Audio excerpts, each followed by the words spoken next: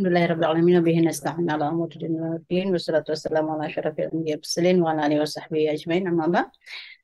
Baik, kita buka pertemuan kita malam ini dengan sama-sama baca basmalah. Bismillahirrahmanirrahim. Bismillahirrahmanirrahim. Baik, Bapak Ibu, kita lanjut materi malam ini yaitu tentang TP. Tapi nanti saya langsung sambung dengan ATP nanti. Karena yang hari Sabtu kemarin itu sebenarnya tentang TP, hari ini itu tentang ATP. Nah, karena Sabtu kemarin kita tidak masuk, nggak apa-apa hari ini kita gabung saja TP dan ATP karena dia memang masih nyambung, masih sinkron.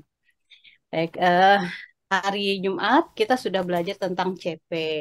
Nah, Bapak Ibu, CP itu ditetapkan oleh pemerintah. Jadi kita itu menjadi acuan kita untuk menyelenggarakan pembelajaran, target yang mau kita capai.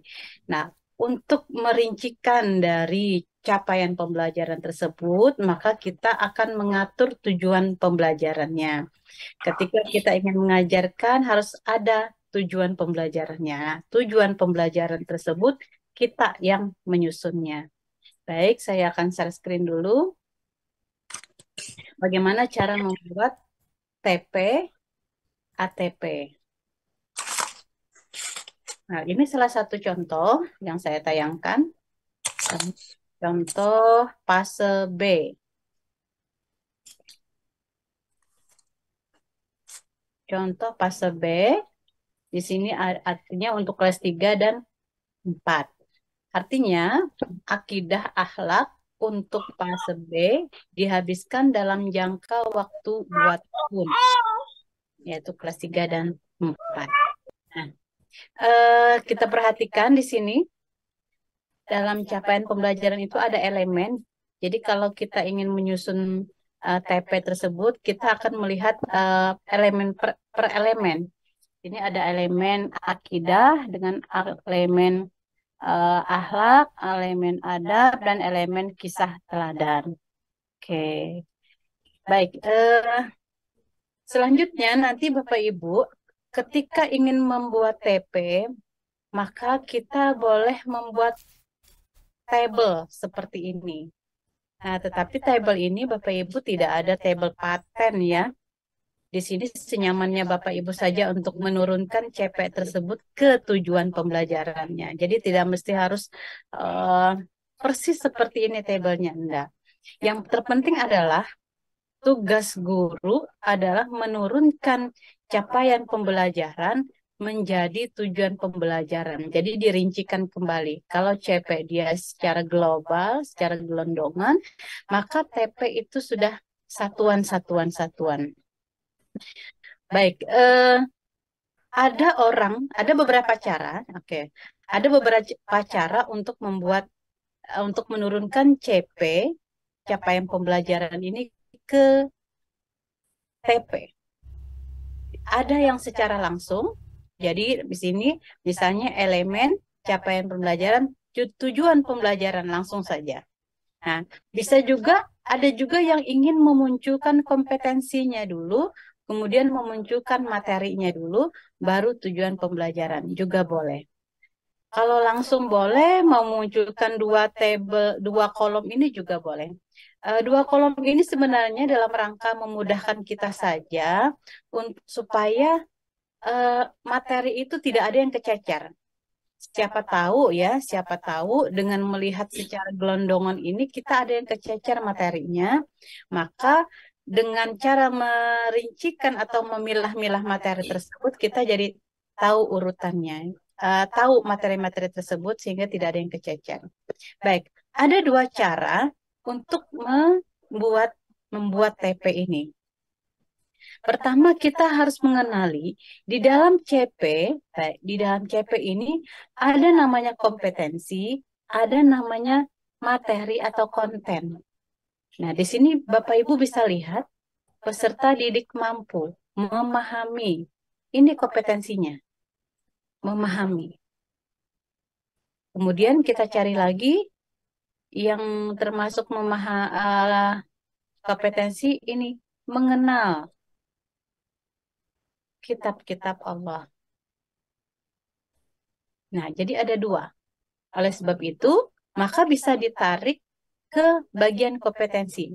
Memahami kompetensi yang ada di dalam CP itu dan mengenal. Nah, selanjutnya kita masukkan materi-materinya. Di dalam CP ini ada materi apa saja? Ternyata ada materi sifat-sifat Allah, koma, masukkan ke sini. Kemudian makna Asmaul Husna, tetapi di dalamnya ada Ar-Razzaq, ada Al-Wahhab, Al-Kabir, Al-Azim, Al-Malik, Al-Aziz, Al-Qudus, As-Salam, dan Al-Mu'min, dan Asmaul Husna lainnya. Maka ini masuknya. Selanjutnya, materinya kitab-kitab Allah, masuk sini. Kemudian Nabi, masuk lagi. Kemudian setelah Nabi dan Rasulnya, maka mengenal Nabi dan Rasul. Oke, baik. Berarti untuk materi akidah ada sifat-sifat Allah, ada Asmaul Husna, ada mengenal kitab-kitab Allah, ada mengenal Nabi dan Rasulnya. 4 ini. Di sini saya ralat ya yang di dalam contoh ini sebenarnya mengenalnya nggak usah masuk. Karena di sini khusus materi saja, mengenalnya sudah masuk di kompetensi. Jadi kita pilih kompetensi, di sini khusus materi. Kemudian mengenal Nabi dan Rasulnya. Mengenalnya juga nggak usah masuk, langsung Nabi dan Rasulnya saja. Karena ini cuma materi saja. Materinya judulnya apa? Ya, jadi sebenarnya ini judul materi. Nah, baru kita menyusun TP. Kita susun TP, kita rangkai kalimat kompetensi dengan materi tadi. Satu-satu. Di sini peserta didik mampu memahami. Memahami apa? Memahami sifat-sifat Allah. Oke, sekarang kita masukkan di sini maka tujuannya adalah memahami sifat-sifat Allah sebagai landasan dan motivasi beraktivitas agar bernilai ibadah dan berdimensi ukhrawi. Karena di bawahnya itu ada di bawah sini. Sebagai landasan dan motivasi beraktivitas agar bernilai ibadah dan berdimensi ukhrawi. Selanjutnya, yang kedua materinya tentang Asmaul Husna. Maka memahami, masih kata memahami di sini, memahami makna Asmaul Husna. Sebut saja di sini ada beberapa sebagai landasan dan motivasi beraktivitas agar bernilai ibadah dan berdimensi ukhrawi.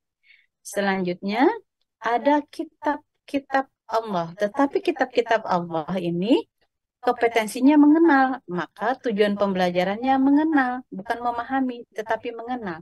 Mengenal kitab-kitab Allah Subhanahu wa Ta'ala sebagai landasan dan motivasi beraktivitas agar bernilai ibadah dan berdimensi ukhrawi. Terakhir adalah materinya tentang Nabi dan Rasulnya. Maka tujuan pembelajarannya karena dia masuk mengenal, kompetensi awalnya diawali dengan kata mengenal, maka mengenal Nabi dan Rasulnya sebagai landasan dan motivasi beraktivitas agar bernilai ibadah dan berdimensi oral. Jadi nanti kalau menyusun jangan ketukar. Di sini kan kata memahaminya itu untuk materi sifat-sifat Allah dan Asmaul Husna. Jadi bukan mengenal sifat-sifat Allah. Yang mengenal ini untuk kitab-kitab Allah dan Nabi dan Rasulnya. Begitu. Jadi kita melihat setelah kompetensi materinya apa, setelah kompetensi materinya apa.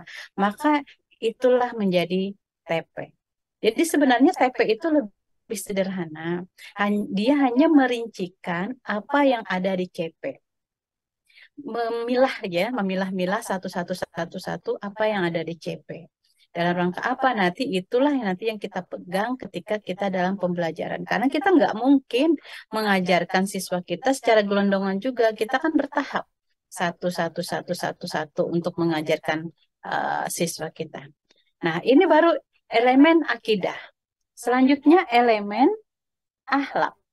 Elemen akhlak di sini ada peserta didik terbiasa mengucapkan. Ini kompetensinya mengucapkan. Apa yang diucapkan? Kalimah thayyibah, subhanallah, Allahu Akbar, Masya Allah. Kemudian kompetensi berikutnya adalah mempraktekkan. Apa menghindari. Kalau kita tarik khusus kompetensi, maka ada kata mengucapkan, ada kata mempraktekkan, ada kata menghindari. Ini kompetensinya atau kata kerjanya, ya bahasa lainnya mungkin kata kerjanya. Di sini kita sebut dengan kompetensinya. Terus materinya apa? Apa yang diucapkan? Kalimat thayyibah, subhanallah, Allahu akbar, masya Allah. Apa yang harus dipraktekkan? Akhlak terpuji, pantang menyerah, pemberani, tolong menolong. Apa yang harus dihindari? Akhlak tercela, nifak, kikir, dan kufur nikmat. Kalau seandainya Bapak Ibu ingin menjadikan ini dipilah-pilah lagi misalnya, ya nggak apa-apa. Misalnya ada akhlak terpuji, kemudian ada pantang menyerah, ada pemberani, ada tolong menolong, Bu, dipisah saja masing-masing nggak apa-apa. Jadi nanti di TP-nya nanti dibeda-bedakan. Contoh misalnya begini, ini kan mempraktekkan sikap syukur sehingga terbentuk pribadi tangguh dan toleran dalam kehidupan sehari-hari. Satu tujuan. Kemudian tujuan kedua, mempraktekkan sikap pantang menyerah sehingga terbentuk pribadi tangguh dan toleran dalam kehidupan sehari-hari. Berikutnya, mempraktekkan sikap pemberani. Nah, boleh mau dirinci seperti itu, lebih rinci lagi, atau mau seperti ini nggak apa-apa. Nanti kita tinggal menentukan jam pelajarannya berapa. Yang penting kita tahu yang akan diajarkan pada materi yang ini tentang akhlak terpuji. Entah itu berapa kali pertemuan, entah bisa 3 kali pertemuan, bisa jadi sampai 4 kali pertemuan. Artinya untuk judul akhlak terpuji mungkin habis 1 minggu, sorry, 1 bulan untuk 4 kali pertemuan atau berapa jam gitu. Nah, selesai elemen akhlak. Berikutnya elemen adab. Elemen adab kita susun lagi. Apa saja kata kompetensi untuk elemen adab? Di sini membiasakan. Kita munculkan membiasakan. Apa yang dibiasakan? Oh, ini materinya adab kepada orang tua, guru, dan teman dalam kehidupan sehari-hari. Maka tujuannya boleh dipisah. Mau langsung, mau dipisah, ya silakan. Kalau merasa kebanyakan, silakan dipisah. Membiasakan adab kepada orang tua dalam kehidupan sehari-hari. Untuk mewujudkan sikap, nah ini untuk mewujudkan sikap hubungan sosial yang berharmonis dan kebinekaan berbangsa dan bernegara. Kedua, membiasakan adab kepada guru. Atau nanti selanjutnya membiasakan adab kepada teman. Nah, langsung disambung. Kalau ingin dipisah-pisah. Selesai tentang adab. Selanjutnya tentang kisah teladan. Kisah teladan kata kerjanya atau kompetensinya apa? Ini, meneladani. Kita keluarkan kata kunci meneladani. Yang lain sudah langsung aja. Satu aja meneladani. Terus materinya siapa? Materi apa? Tentang kisah Nabi Ismail, tentang kisah tentang persahabatan Nabi Muhammad dengan Abu Bakar As-Siddiq. Artinya ada 2 materinya. Silakan berarti meneladani kisah Nabi Ismail dalam menghadapi, ini ada terakhir penjelasan keterangannya, dalam menghadapi tantangan kehidupan. Kemudian meneladani kisah persahabatan dengan Abu Bakar As-Siddiq sebagai inspirasi, diambil dari sini, sebagai inspirasi dalam menghadapi tantangan kehidupan masa kini. Maka masing-masing elemen itu berlaku untuk 2 tahun. Sehingga Bapak Ibu tinggal membagi. Nanti setelah tujuan pembelajaran ini tersusun semuanya,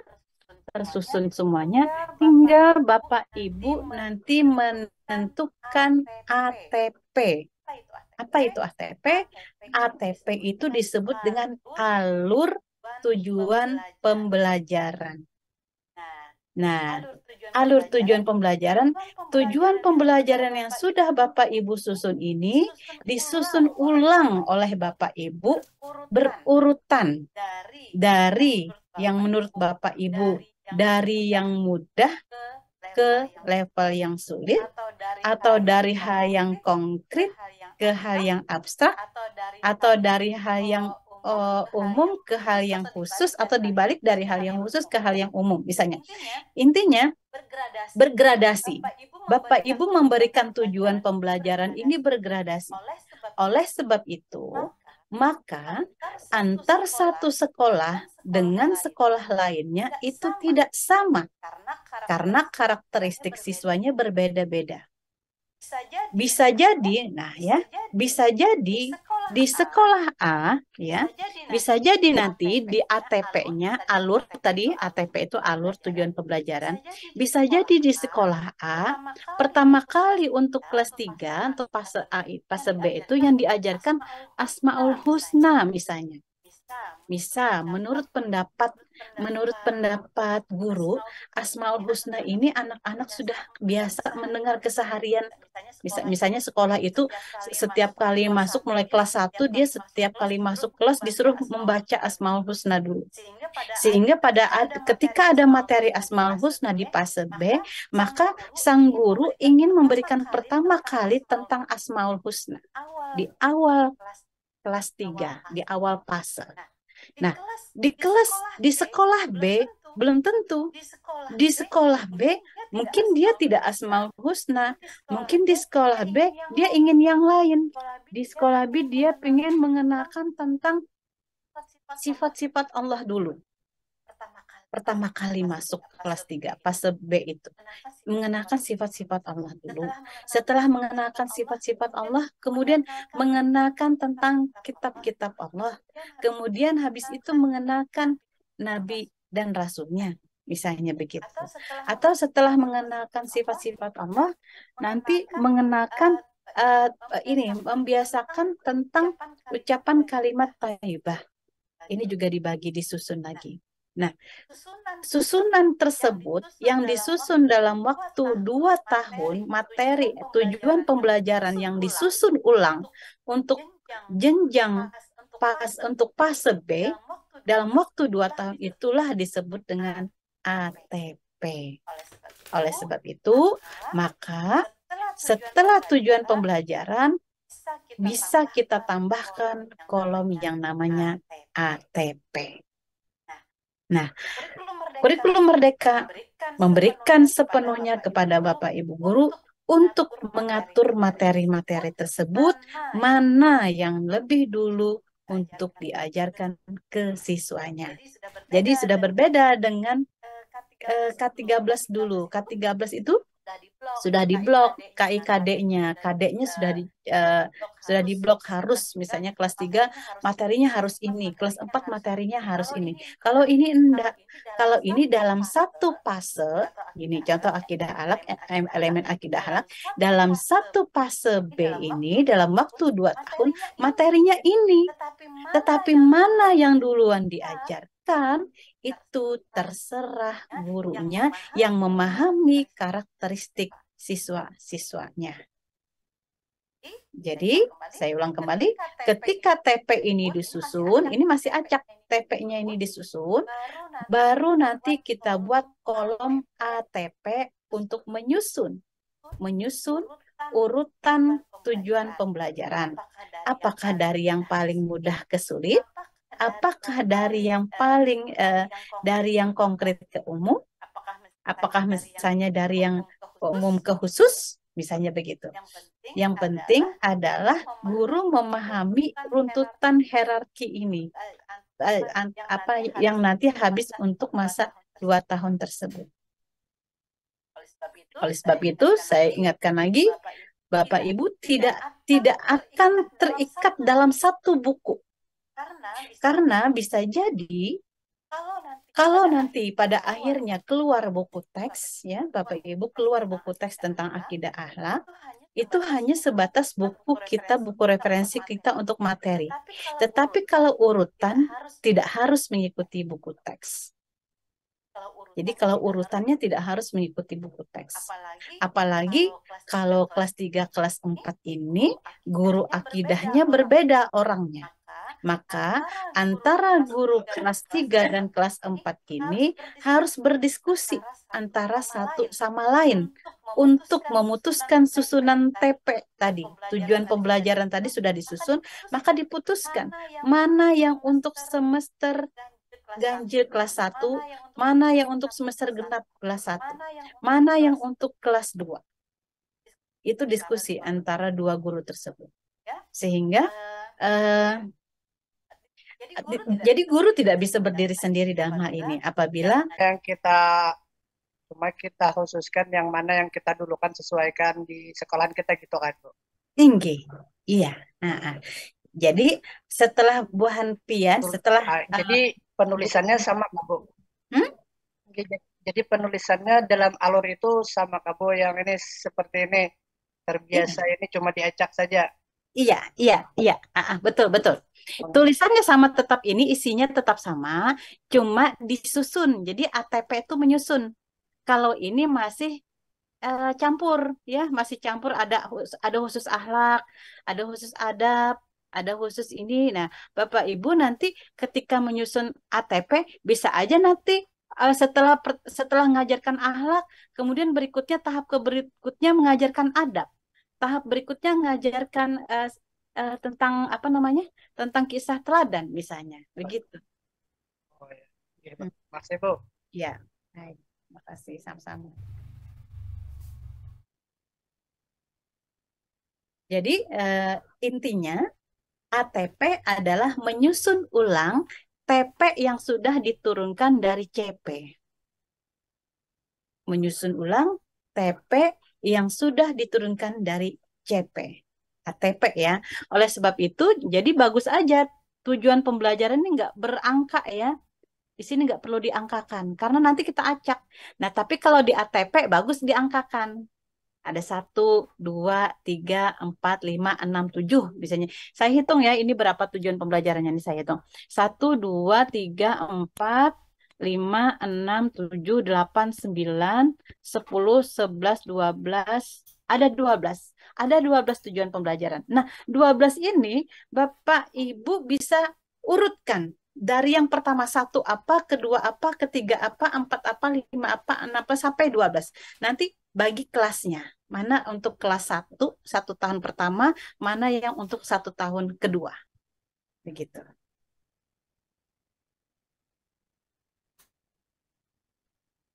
Boleh belintas elemen ya. Jadi tidak mesti harus akidah dulu, enggak.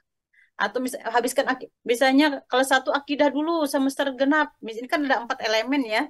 4 elemen kalau dipikir-pikir satu semester bisa 1 elemen. Satu semester 1 elemen ada 4 semester. Semester ganjil kelas 3, semester genap kelas 4. Jadi ada 4 semester kan 2 tahun itu. Jadi bukan berarti satu semester khusus akidah, satu semester khusus adab, satu semester khusus kisah Nabi, bukan begitu. Boleh lintas elemen. Jadi dalam satu semester bisa mendapatkan 4 elemen ini. 4 tujuan pembelajaran dari masing-masing elemen.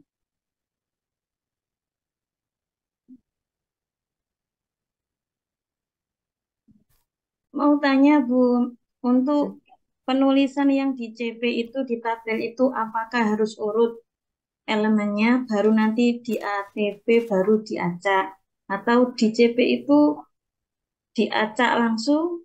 Ngoten boleh Bu? JTP atau JP maksudnya? Yang di CP ya, yang di tabel CP ini, itu elemennya itu harus urut akhlak, adab, Oh iya. atau boleh diacak di tabel ini, nanti di ATP juga diacak, atau di sini tidak boleh diacak, baru nanti di ATP baru diacak gitu. Oke, yang elemen sama CP nggak boleh diacak. Itu sesuai dengan yang di Dirjen. Sesuai dengan Dirjen Pendes nggak boleh diacak. TP juga turunkan juga sesuai urutan. Urutan elemen tadi itu yang boleh diacak itu hanya di ATP. Nanti kalau diacak duluan kita bingung susunannya. Iya, gitu. Ya. Terima kasih. Ya. Bapak Ibu boleh aja ya supaya kolom singkat seperti saya bilang tadi, mau langsung elemen CP langsung TP boleh. Jadi misalnya kita sudah paham ya, ini ada kata kerjanya memahami, berarti materinya ini wis langsung ke TP-nya saja, nggak apa-apa, nggak perlu tanpa kompetensi dan materi. Asal kita jeli, jangan ada materi yang ketinggalan. Kenapa dibuat seperti ini? Bagi beberapa orang ini adalah termasuk teknik dalam rangka supaya tidak ada materi yang ketinggalan. Tidak ada kompetensi yang ketinggalan dan tidak ada materi yang ketinggalan. Lebih mudah Bapak Ibu sebenarnya. Lebih mudah. Kalau yang KD dulu ya harus sinkron. Setelah KD, kemudian diuraikan ke indikator, indikator turun ke tujuan harus sinkron lagi. Kemudian ada ketentuan ABCD di tujuan. Nah, di sini nggak ada menentukan harus ABCD, misalnya begitu. ABCD itu audience, behavior, condition, dan degree. Yang biasanya kalimatnya diawali tujuan pembelajaran itu peserta didik mampu memahami sifat-sifat Allah sebagai landasan dan motivasi beraktivitas agar bernilai ibadah dan berdimensi urani dengan baik. Misalnya ada kata memahami sifat Allah dengan baik dan benar. Itu ABCD.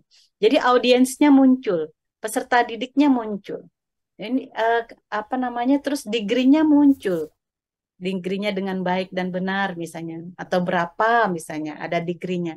Kalau ini enggak harus. Yang ini cuma muncul kompetensi dan materinya saja. Itu bedanya dengan K13.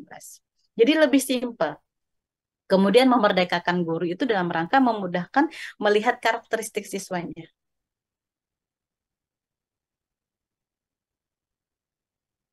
Ini contoh fase B ya. Kita lihat lagi fase.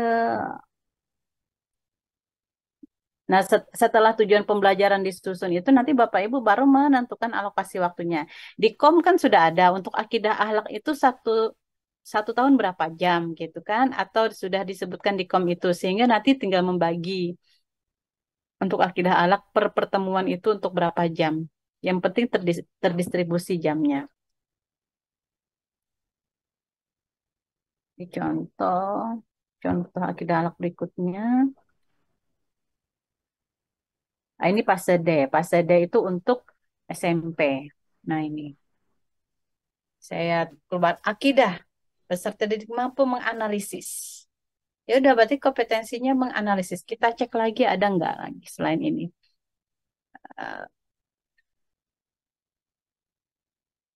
Oh ya, satu saja. Ya udah. Peserta didik menganalisis atau langsung menganalisis akidah Islam yang benar sesuai dengan pemahaman ulama.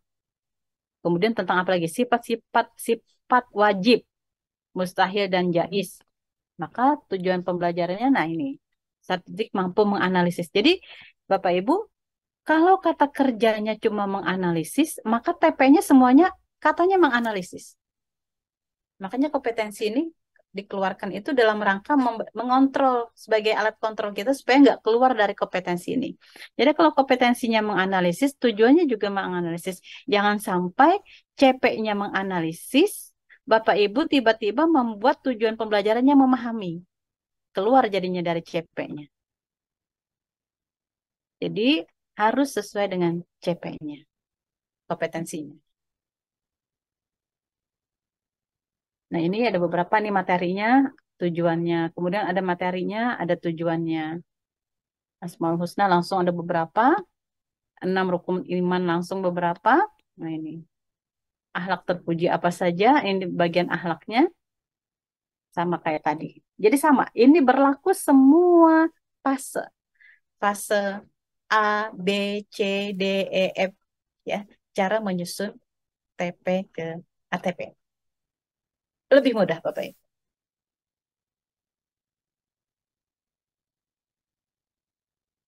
Ada lagi yang ditanyakan? Assalamualaikum Ibu. Salam. Mungkin langsung yang di halaman 49 Bu.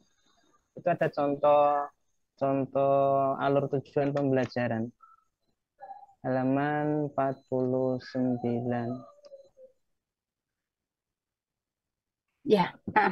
Ya. Di situ kan memang menganalisis ya di CP-nya itu menganalisis, terus kemudian untuk tujuan pembelajaran situ kan ada ini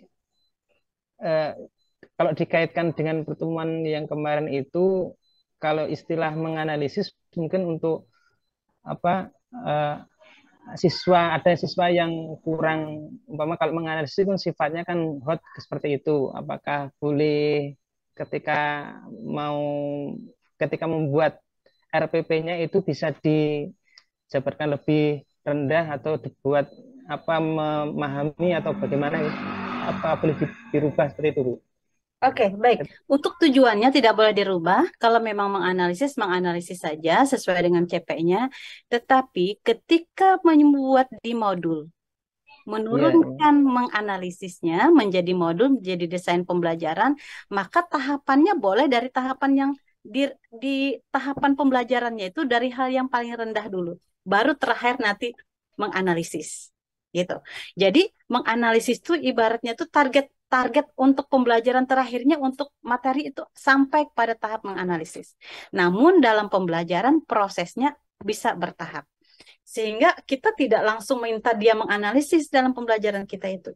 Boleh di tahap-tahapan di modul Bapak Ibu atau di rencana pembelajaran Bapak Ibu tuh misalnya pertama membedakan dulu ya, terus menyebutkan baru nanti terakhirnya menganalisis. Tapi kan ujung-ujungnya targetnya tetap menganalisis. Begitu. Jadi mengaturnya tuh di rencana pembelajarannya.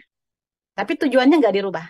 Tujuannya tidak dirubah, hanya di tahapan atau di desain KBM-nya. Di KBM boleh. Oke, Bu. Terima kasih, Bu. Oke. Sedikit Bu, dosen. Yap. Assalamualaikum warahmatullahi wabarakatuh. Waalaikumsalam. Membuat apa namanya alur capaian pembelajaran Bu di ACP. Itu kan apa namanya sudah ada tujuan pembelajaran. Nah, ini di ACP kan lebih dirincikan lagi Bu untuk materi kelas 7. Saya kan memegang kelas 7 apa namanya fase D Bu. Jadi di sini setelah tujuan pembelajaran itu ada kelas, di situ ada kelas 7, 8, 9. Dan untuk materinya yang sudah kita tulis gitu Bu, setelah pembuatan apa namanya CP dan tujuan pembelajaran, itu materinya itu kan kita pilah lagi Bu di kelas 7, 8 dan 9 gitu. Bagaimana cara memilahnya Bu? Apakah itu tadi yang sudah disampaikan oleh Bu dosen itu bisa apa namanya dicampur gitu, ada elemen di kelas 7 ada elemen, setelah elemen akidah, habis itu elemen akhlak, ada juga elemen yang artinya sudah keempat elemen itu sudah termuat dalam satu kelas Bu. Terus untuk apa namanya pemilahan materi itu seperti apa Bu? Terima kasih. Iya, baik. Jadi untuk pemilihan materi, Bapak Ibu bisa melihat pengalaman-pengalaman mengajar Bapak Ibu sebelumnya, ya, kesulitan. Nah, sebaiknya materi B yang duluan. Akhirnya B posisi di pertama, A posisi ke belakang. Jadi itu. Jadi hierarkinya itu bergradasi bertingkatnya itu dari hal yang mudah ke sulit. Nah, ukuran mudah ke sulit itu bisa melihat dari pengalaman Bapak Ibu sebelumnya. Begitu. Pengalaman-pengalaman Bapak Ibu ngajar-ngajar sebelumnya, misalnya ya, contoh kayak gini aja, kita bisa mengatur memutar. Saya mencontohkan mungkin tentang fikih misalnya ya, tentang fikih. Kita menyesuaikan kondisi konteks misalnya. Kalau berdasarkan urutan misalnya, umroh dan haji itu ada di bulan ada di bulan Februari misalnya dalam urutannya. Ternyata di tahun itu Bapak Ibu tahu kalau umroh dan haji itu ada di bulan Juni misalnya begitu. Artinya pada materi di fase terakhir itu di bulan Juni. Maka nanti untuk materi umroh dan haji bisa dikebelakangkan, disesuaikan dengan momennya. Misal, itu salah satu yang memerdekakan kita untuk mengajarkan sesuai konteks. Apalagi tentang puasa misalnya. Nah, bab tentang puasa Bapak Ibu misalnya tahu itu ada di bulan apa, tentang tarawih misalnya, tentang sholat tarawih. Nah, jadi nggak usah diajarkan di awal, tidak diajarkan di awal-awal karena masih jauh nih masa tarawihnya. Nanti pada saat bulan puasa baru nanti materi tarawihnya diberikan. Itu boleh Bapak Ibu. diundurkan. Karena kita akan tahu urutan urutan bulan itu nanti tentang puasa dan tarawih itu nanti di bulan apa. Ketika kita menyusun ATP. Nah, begitu. Bisa berdasarkan pengalaman Bapak Ibu, bisa berdasarkan konteks kondisi. Terima kasih, Bu. Oke, sama-sama.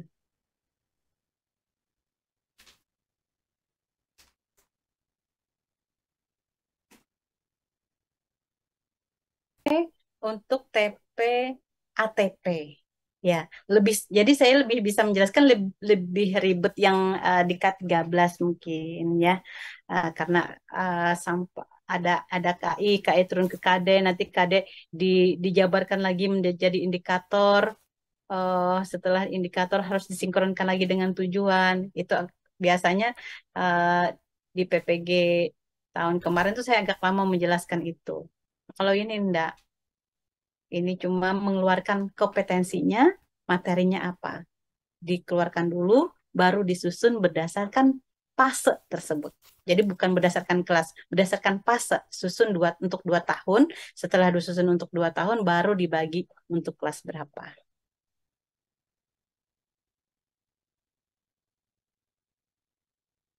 Baik, saya kira cukup Bapak Ibu, kita lanjut ke LK-nya saja. Bapak Reda bisa tunjukkan LK-nya. Oh, ini LK untuk pertemuan hari ini, Pak, ya?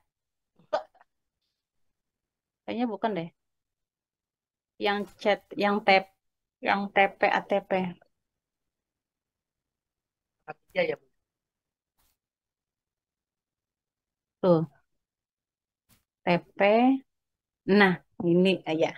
Oke, Bapak Ibu, ini LK-nya. Insya Allah mudah sekali.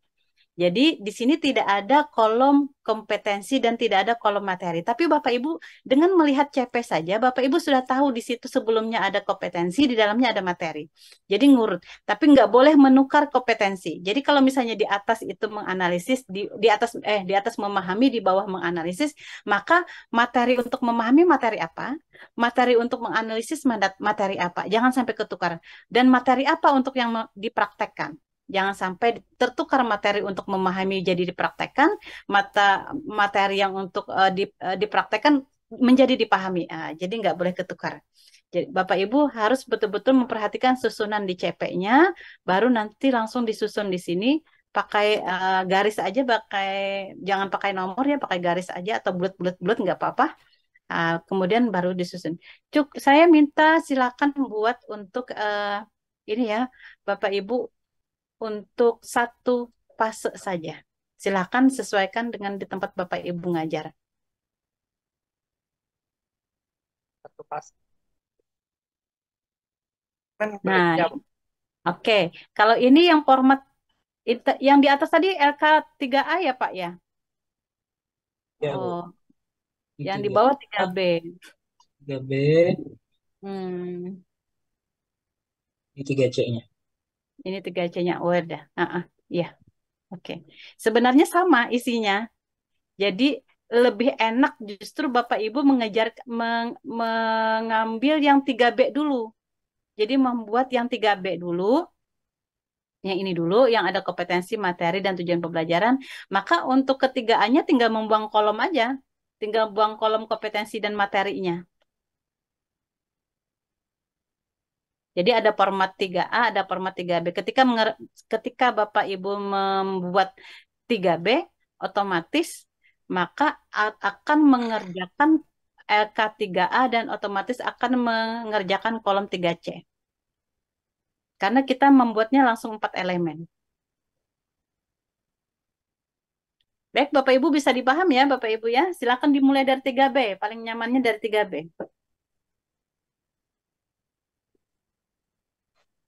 Nah, ini langsung 4 elemen.